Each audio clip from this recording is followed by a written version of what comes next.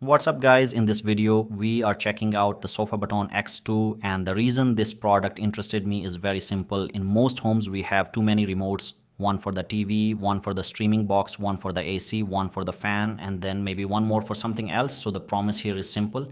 One remote to replace them all. The Sofabaton X2 can do a lot more than that. It supports activities, Bluetooth, infrared, Wi-Fi control, home assistant, matter options, and even RF learning. But for this review, I wanted to test it from a more normal person perspective. Can it actually replace multiple remotes in daily use? And does that make sense at around $330 for the main X2 remote? So let's talk about it. Starting with the unboxing, my unit is the Sofabaton X2 Set. Inside the main box, you get the remote itself, the hub, the charging dock, power adapters, USB-A to USB-C cables, and infrared emitter cables. The good thing is that Sofabaton includes power adapters in the box. These days, many companies skip that, so I appreciate that they are included here. The remote also has USB-C charging directly on the body, so if you do not want to use the dock, you can still charge it directly. But the dock makes more sense for a remote like this. You finish using it, place it back on the dock, and the next time you pick it up, it is ready. With the X2 set option, which costs you around $360, you also get the R1 infrared repeater. This is basically an extra infrared sender that can extend control to another area or another room. It has its own cable, its own power adapter, and its own infrared emitter cable. The repeater itself is actually a very cute little device. Its design stood out to me more than the hub. The hub looks functional, the repeater looks nicer. Coming to the remote itself, this is one of the strongest parts of the X2. It feels premium in hand, it has a nice weight to it, it is long vertically but still comfortable to hold. It does not feel slippery, and it definitely does not feel cheap. It also does not feel overbuilt in a bad way. It just feels like a solid premium remote. On the top, you have a touchscreen. The screen is sharp enough for this type of product, and touch response felt good.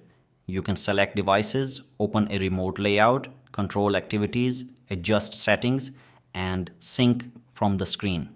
Below the screen, you still get physical buttons. So you have normal remote style controls as well.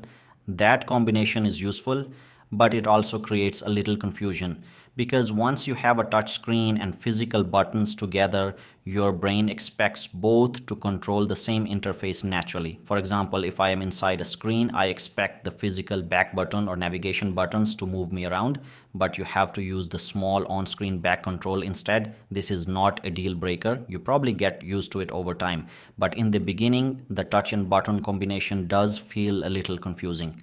One thing I do like is that the remote itself has built-in infrared. So it is not only sending commands to the hub, it can also act like a normal infrared remote by itself. That is important because it gives you more flexibility if the hub placement is not ideal. Now coming to setup, this was mixed. The app recognized the hub quickly. Pairing itself was not difficult, but right after pairing, the hub immediately started updating itself.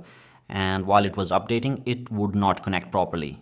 So I waited, tried again, and eventually it connected. The app itself did the job. It was not terrible, but it also did not feel as polished as I expected from a premium remote like this. Even loading a remote inside the app can take a few seconds. For this price, I expected the software experience to feel a little faster and cleaner. For actual pairing, I tested both Bluetooth and infrared.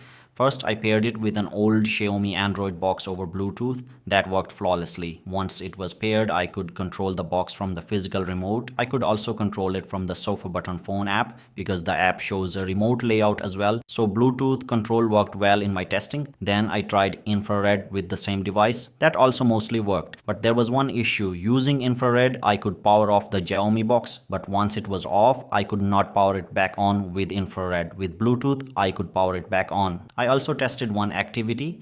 Activities are basically shortcuts where the remote can run multiple steps together. For example, turn on the TV, switch input, turn on another device, and set volume control.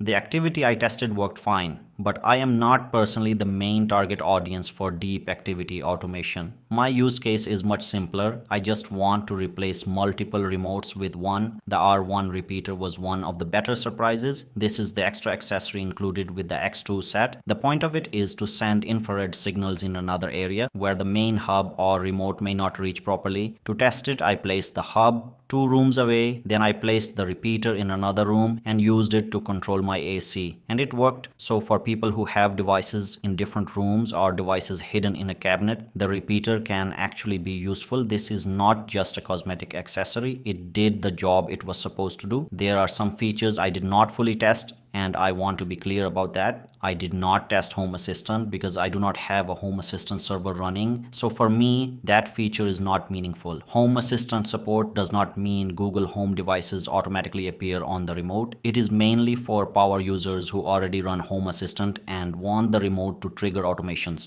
I also did not test RF control.